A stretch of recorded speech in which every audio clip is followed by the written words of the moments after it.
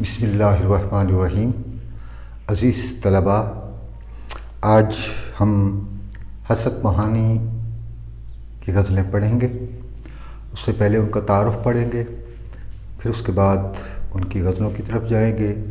لیکن غزل پڑھنے سے پہلے غزل کے حوالے سے جو ضروری باتیں ہیں وہ میں بتانا ضروری سمجھتا ہوں۔ غزل کیا ہے یا غزل کسے کہتے ہیں؟ عزیز طلباء، لفظ غزل عربی زبان کا لفظ ہے۔ عربی میں غزال ہرن کو کہا جاتا ہے، اور تکلیف کی حالت میں ہرن کے منہ سے جو چیخ نکلتی ہے اسے غزل کہتے ہیں۔ شاعر اپنی شاعری کی ایک خاص ترکیب یا حیت کو غزل کا نام دے کر اصل میں اپنے آپ کو تکلیف میں مبتلا ہرن سے تشبیہ دے رہا ہوتا ہے، اور اپنی اس شاعری کو جو اپنے احساسات کو اس نے لفظوں کی شکل میں، شاعری کی شکل میں بیان کیا ہوتا ہے، اسے اس کی چیخ یعنی غزل سے تشبیہ دے رہا ہوتا ہے۔ اس بنا پر اس کا نام غزل پڑا۔ اردو ادب میں غزل کی جو واضح تشریح بیان ہوئی ہے وہ یہ ہے کہ وہ صنف نظم جس کے پہلے شعر کو مطلع کہتے ہیں، اور اس کے بعد والے اشعار کا دوسرا مصرع مطلع کے ہم قافیہ اور ہم ردیف ہو۔ اس میں اشعار کی کم سے کم تعداد 5 اور زیادہ سے زیادہ 11 ہو۔ غزل کے آخری شعر جس میں شاعر اپنا تخلص استعمال کرتا ہے اسے مقطع کہتے ہیں۔ یہاں میں یہ بتانا ضروری سمجھتا ہوں کہ مطلع جو ہے بعض گائیڈوں میں اور جو بازار میں لکھے ہوئے نوٹس چھپے ہوئے ملتے ہیں اس میں یہ لکھا ہوتا ہے کہ غزل کے پہلے شعر کو مطلع کہتے ہیں۔ بالکل غلط ہے۔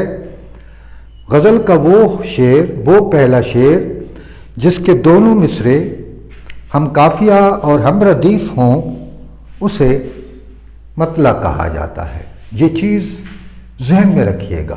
اگر دونوں مصرے ہم قافیہ اور ہم ردیف نہیں ہیں تو اسے ہم پہلا شعر تو کہہ سکتے ہیں، لیکن غزل کا پہلا وہ مطلع اسے کبھی بھی نہیں کہہ سکتے۔ اسی طرح بعض گائیڈوں میں مقطع کی تعریف یہ کی گئی ہوتی ہے کہ غزل کے آخری شعر کو مقطع کہتے ہیں۔ بالکل غلط ہے۔ غلط، آخری شعر تو کہا جا سکتا ہے، مقطع نہیں کہا جا سکتا۔ مقطع کے لیے شرط یہ ہے کہ غزل کا وہ آخری شعر جس میں شاعر اپنا تخلص استعمال کرتا ہے اسے مقطع کہتے ہیں۔ مثلاً وائے بزم میں اتنا تو برق نے دیکھا، وائے بزم میں اتنا تو برق نے دیکھا، پھر اس کے بعد چراغوں میں روشنی نہ رہی۔ تو یہ میر بہادر برق، یہ شعر میر بہادر برق کا ہے، اور بعض احباب نے اسے میر تقی میر کی طرف منسوب کر دیا ہے غلطی سے۔ ٹھیک ہے، تو یہ میر بہادر برق کا شعر ہے، اور جہاں پہ لفظ برق استعمال ہوا ہے یہ تخلص ہے۔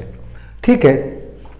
اچھا، تو غزل کا وہ آخری شعر جس میں شاعر اپنا تخلص استعمال کرتا ہے اسے مقطع کہتے ہیں۔ غزل کا وہ پہلا شعر جس کے دونوں مصرے ہم قافیہ اور ہم ردیف ہوں اسے مطلع کہا جاتا ہے۔ لفظ مطلع طلوع سے نکلا ہے۔ ظاہر ہے کہ چاند طلوع ہوتا ہے، سورج طلوع ہوتا ہے، اور طلوع ہونے کا تعلق چونکہ سورج اور چاند سے ہے، اور چاند کا تعلق روشنی سے بنتا ہے۔ ٹھیک ہے نا؟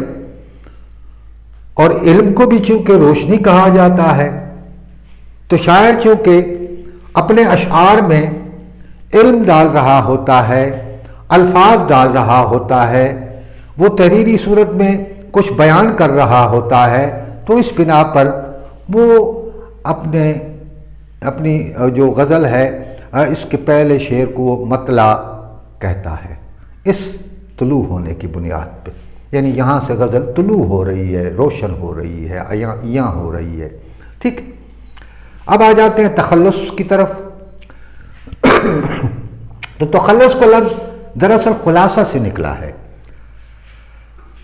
ہم بہت زیادہ وسیع اور بڑی تحریر میں جو کچھ لکھا گیا ہوتا ہے اسے مختصراً چند لفظوں میں بیان کرنے کو خلاصہ کہتے ہیں، ٹھیک ہے۔ یہ تو آپ کو سمجھ آ گئی ہوگی کہ وسیع تحریر میں جو کچھ لکھا گیا ہے اسے مختصر لفظوں میں یا ایک مختصر اقتباس میں بیان کر دینا خلاصہ کہلاتا ہے۔ اسی طرح شاعر کا وہ مختصر نام جو وہ غزل کے مقطع میں استعمال کرتا ہے اسے تخلص کہتے ہیں۔ یہ چیزیں اچھی طرح ذہن نشین کر لیں تاکہ آپ کو یہ یاد رہیں اور امتحان میں کام آئیں آپ کے، ٹھیک ہے۔ قافیہ اور ردیف کی تعریف پہلے میں آپ لوگوں کو پڑھا چکا ہوں۔